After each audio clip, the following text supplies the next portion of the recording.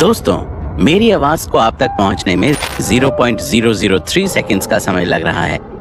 क्या इसका मतलब ये नहीं है कि आप 0.003 सेकंड्स पहले हुई बात को सुन रहे हो? यानी आप भूतकाल की बात को सुन पा रहे हो। सुबह जब सूर्योदय होता है तो आप 8 मिनट पुरानी घटना को देख रहे होते हैं और रात के आसमान में ध्रुव तारे को देखते वक्त आप 400 साल पुरानी घटना देख रहे होते हो। लेकिन आखिर हम समय में कितना पीछे जा सकते हैं? क्या हम ब्रह्मांड की शुरुआत में जा सकते हैं? क्या होगा अगर हम ब्रह्मांड के जन्म को देख पाएं?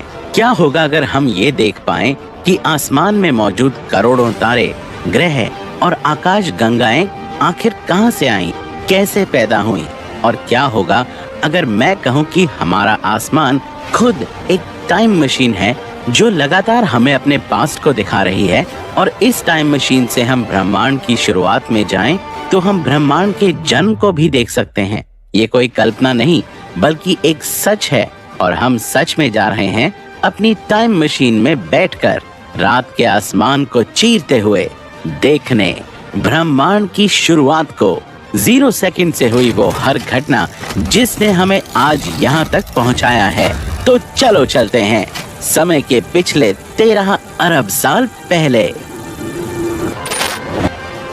हम पहुंच चुके हैं समय के 13.8 अरब साल पहले, और हम खड़े हैं हमारी कॉस्मिक फिल्म की टाइमलाइन के 0 सेकंड पर, एक गहरे अंधेरे में।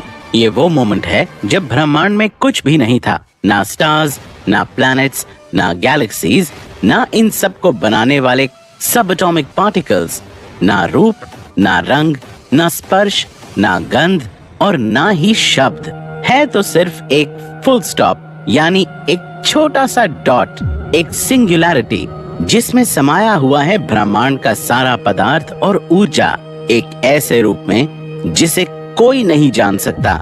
न सिर्फ मैटर और एनर्जी, बल्कि इसमें मौजूद है खुद ब खुद स्पेस टाइम, और इसीलिए इसके बाहर कुछ भी नहीं है, क्योंकि सबको अपने अंदर रखने वाला स्पेस खुद इसके अंदर है।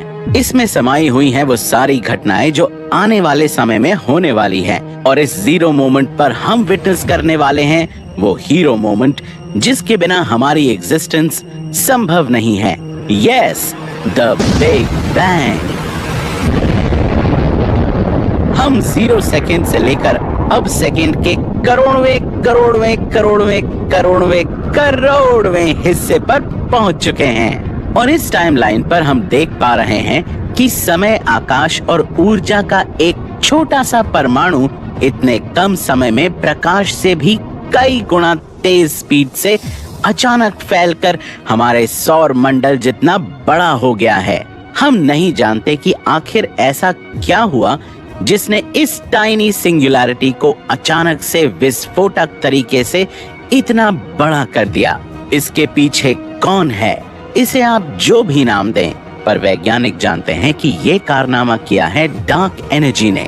ये कहां से आई, क्यों आई, कोई नहीं जानता, लेकिन इसने हमें जन्म दिया, और ये डार्क एनर्जी इतनी पावरफुल है कि हम यहाँ और अधिक नहीं रुक सकते, क्योंकि ब्रह्मांड का ये विस्तार अब नहीं रुकने वाला।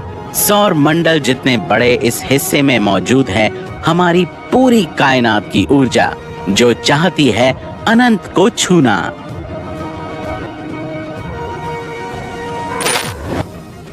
एक सेकंड के बाद हम फिर से रुक गए हैं, ये देखने के लिए कि ब्रह्मांड में अब क्या हुआ है। 1 सेकंड तक का समय आपके लिए काफी छोटा होगा, लेकिन मात्र इतने से समय में इस एक्सपैंडिंग यूनिवर्स के अंदर मौजूद पदार्थ ने हजारों रूप बदले हैं। इतने कम समय में ब्रह्मांड में 4 फंडामेंटल फोर्सेस पैदा हो चुके हैं, और उनके साथ ही quarks, electron, proton, neutron, photon और न्यूट्रिनोज जैसे सब एटॉमिक पार्टिकल्स पैदा हो जाते हैं। इस समय यूनिवर्स का टेम्परेचर 10⁻10 केल्विन है, और इस 1 सेकंड में यूनिवर्स फैलकर 10 प्रकाश वर्ष जितनी दूरी में फैल चुका है। यानी कि प्रकाश को भी इस दूरी को पार करने में 10 साल लगेंगे। इस एरिया में पदार्थ का एक ऐसा प्राइमोर्डियल सूप भरा है जो आगे चलकर स्टार्स, गैलेक्सीज, प्लैनेट्स और लाइफ यानी हम सब को पैदा करेगा। हमारी कॉस्मिक फिल्म को फास्ट फॉरवर्ड करने पर हम देखते हैं कि यूनिवर्स अब काफी तेजी से फैल रहा है और तेजी से फैलते इस यूनिवर्स के अंदर मैटर और एंटी मैटर का भयानक युद्ध चल रहा है। समय की इस शुरुआत में हर पार्टिकल के दो रूप पैदा हुए हैं, मैटर और एंटी मैटर, और ये दोनों लगातार एक दूसरे से मिलकर ऊर्जा में बदलते जा रहे हैं। यूनिवर्स लगातार फैल रहा है जिससे टेम्परेचर लगातार कम होता जा रहा है और इस बीच खरबों मैटर और एंटी मैटर के पार्टिकल्स का युद्ध चल रहा है। यूनिवर्स में ये खरबों पार्टिकल्स लगभग बराबर मात्रा में पैदा हुए थे, लेकिन इस महायुद्ध के अंत में मैटर की जीत हो जाती है और मैटर के पार्टिकल्स बच जाते हैं, जिनसे हमारा ग्रह, सूरज और हम बनने वाले हैं। और फिलहाल यूनिवर्स को फैले हुए 10 मिनट हुए हैं और यूनिवर्स हजारों प्रकाश वर्ष में फैल चुका है, लेकिन इस समय यूनिवर्स का टेम्परेचर 1 करोड़ केल्विन के पास है और इतने हाई टेम्परेचर में आगे के बिल्डिंग ब्लॉक का बनना पॉसिबल नहीं है। इसीलिए हमें चलना होगा फास्ट फॉरवर्ड काफी आगे, बिग बैंग के 3,80,000 साल बाद। अब हमारा यूनिवर्स फैलकर 40 करोड़ प्रकाश वर्ष जितना बड़ा हो चुका है। इस वक्त हमारे ब्रह्मांड का तापमान काफी तेजी से कम होकर 3000 डिग्री तक पहुंच चुका है और ये वो वक्त है जब ब्रह्मांड पहली बार प्रकाश के लिए ट्रांसपेरेंट हुआ, यानी इस समय जाकर प्रकाश फ्रीली अंतरिक्ष में ट्रैवल करना शुरू हुआ, क्योंकि इससे पहले ब्रह्मांड इतना घना था कि इसने प्रकाश को भी कैद कर लिया था। लेकिन अब ब्रह्मांड में रोशनी आजाद हो चुकी है और इस आजाद ब्रह्मांड में अपनी माइक्रोस्कोपिक नजरों से हम देख पा रहे हैं हमारे पहले पूर्वजों को, यानी हाइड्रोजन और हीलियम एटम्स को, जो कि हमारे यूनिवर्स की ईंटें हैं। लेकिन ये हाइड्रोजन और हीलियम एटम्स यूनिवर्स में एक साथ बराबरी से नहीं फैले हैं, बल्कि कहीं कम तो कहीं ज्यादा हैं और इसी इनहोमोजेनिटी की वजह से आगे का यूनिवर्स बन पाएगा, क्योंकि अगर ये सभी एटम समान रूप से फैले होते तो ये एक दूसरे के आकर्षण से स्थिर हो जाते और ऐसे में ना हम होते, ना आप और ना ही ब्रह्मांड। लेकिन ब्रह्मांड में मौजूद इस इम्परफेक्शन की वजह से ग्रेविटी ने अपना कमाल दिखाया और ये एटम्स आपस में मिलकर विशाल कॉस्मिक मेघों को जन्म देने लगे और ये कई प्रकाश वर्ष में फैली कॉस्मिक मेघ संरचनाएं कहलाई निहारिका, और इन निहारिकाओं के गर्भ में पैदा होने वाले हैं ब्रह्मांड में मौजूद सभी सितारे और ग्रह। इस समय पूरे ब्रह्मांड में हाइड्रोजन, हीलियम एटम्स और सब एटॉमिक पार्टिकल्स की ही पॉपुलेशन मौजूद थी और मौजूद थी रोशनी।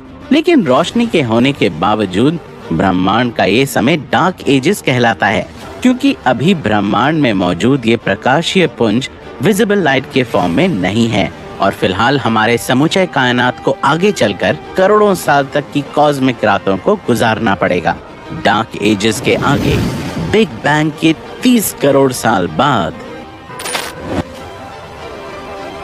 हम देखते हैं कि निहारिकाओं के अंदर मौजूद गैस और धूल के कण ग्रेविटी की वजह से लगातार एक ग्रेविटेशनल वेल यानी गुरुत्वीय कुएं के अंदर धंसती चली जा रही हैं और गैस और धूल के अथाह सागर के दबाव की वजह से इस कुएं के अंदर पानी नहीं बल्कि पैदा होगी आग यानी स्टार्स। गुरुत्वाकर्षण बल से बने इस कॉस्मिक कुएं में तापमान 17.5 लाख डिग्री के पास पहुंच गया है और अब जाकर हाइड्रोजन एटम्स आपस में टकराने लगे हैं और मिलकर हीलियम एटम्स का निर्माण कर रहे हैं। मात्र 1 सेकंड में खरबों खरब हाइड्रोजन एटम्स आपस में टकराकर ऊर्जा को पैदा कर रहे हैं और इस न्यूक्लियर रिएक्शन से पैदा होने वाले हैं ब्रह्मांड में पहले सितारे और इन तारों की उत्पत्ति ब्रह्मांड का पहला दिन है। लगभग 30 करोड़ साल तक अंधेरे में छुपी कायनात को फर्स्ट जनरेशन के स्टार्स ने रोशन कर दिया। पहली जनरेशन के स्टार्स हमारे सूर्य से 1000 गुना बड़े थे और सितारों के ये पहले पूर्वज अधिकतर नीले रंग के थे। ये सितारे हाइड्रोजन और हीलियम गैस के ही गुब्बारे थे। हेवी एलिमेंट्स यानी कार्बन, आयरन जैसे तत्व इन सितारों में मौजूद नहीं थे, लेकिन इन तत्वों का बनना बेहद जरूरी था ताकि इन तत्वों से हम सब की उत्पत्ति हो सके। कॉस्मिक डॉन के युग में ब्रह्मांड में पहले तारे बन चुके हैं और इस समय ब्रह्मांड के अंदर निहारिकाओं के साथ तारे ही तारे मौजूद हैं, पर ग्रह एक भी नहीं।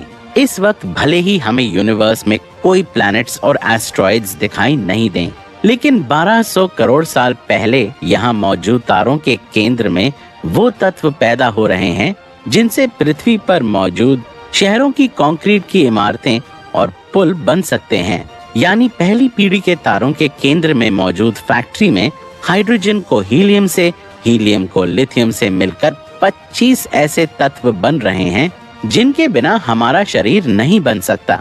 लेकिन अगर हमें लोहे के हथियार और सोने की अंगूठी बनानी हो तो हमें पहले पीढ़ी के सितारों का बलिदान देखना पड़ेगा।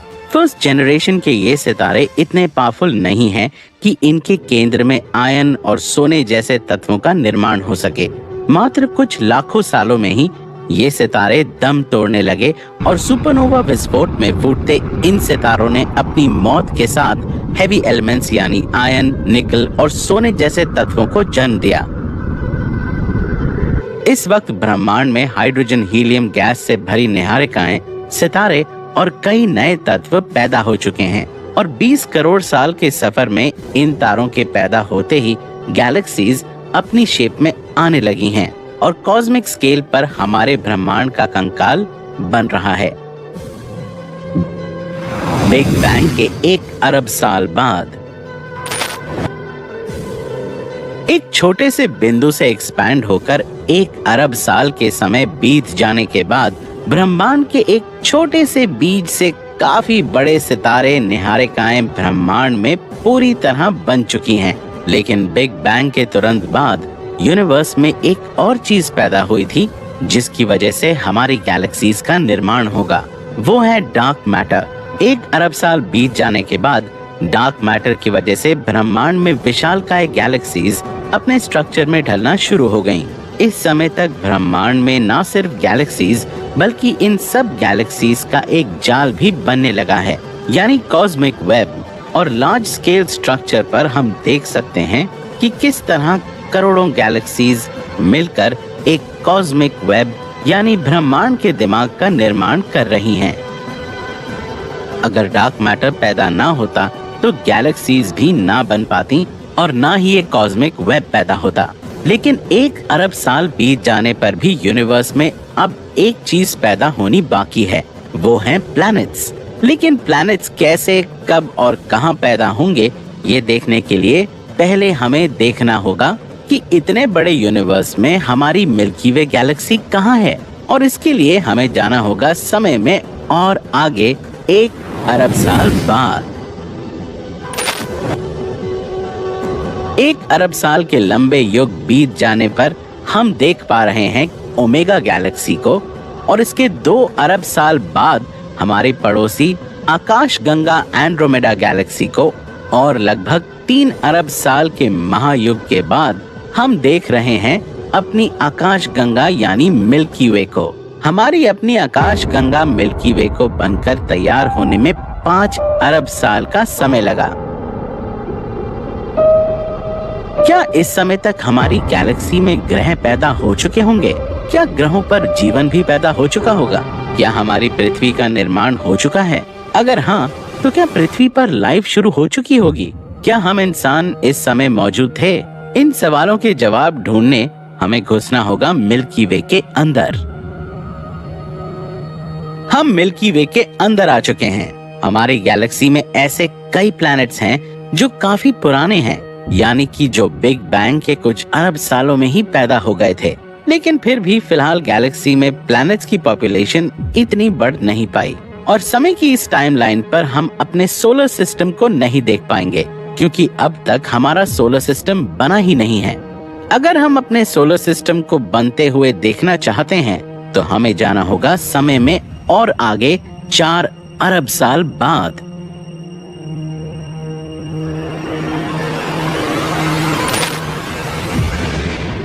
बिग बैंग के बाद अब तक 9 अरब साल बीत चुके हैं और हमारे सामने मौजूद है धूल और गैस का एक काफी बड़ा समंदर जो कि 1 प्रकाश वर्ष जितने एरिया में फैला हुआ है।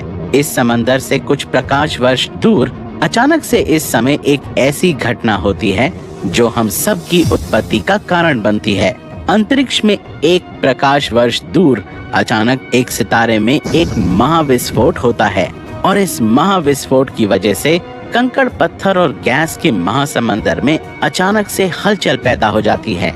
जहां पहले गैस और धूल से लबालब भरा ये बादल करोड़ों साल तक शांत था, अब इस विस्फोट के चलते ये समंदर अपने ही अंदर दहने लग जाता है और इस वजह से गुरुत्वाकर्षण बल के चलते इस कॉस्मिक बवंडर के केंद्र में हमारे सूरज का निर्माण होता है और सूरज के साथ सोलर सिस्टम के बाकी ग्रह भी पैदा हो जाते हैं।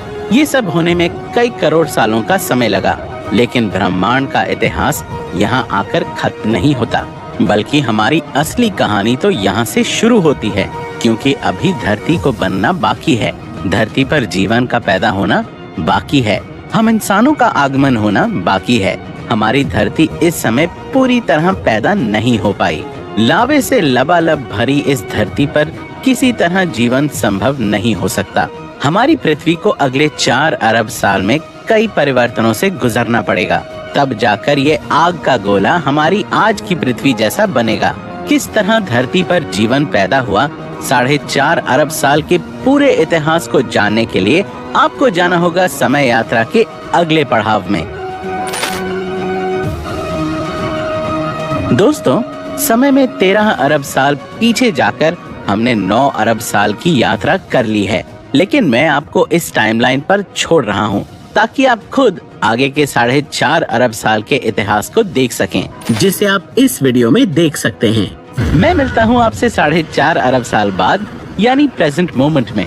तब तक के लिए आप हमारे बाकी बचे इतिहास की सैर कर सकते हैं।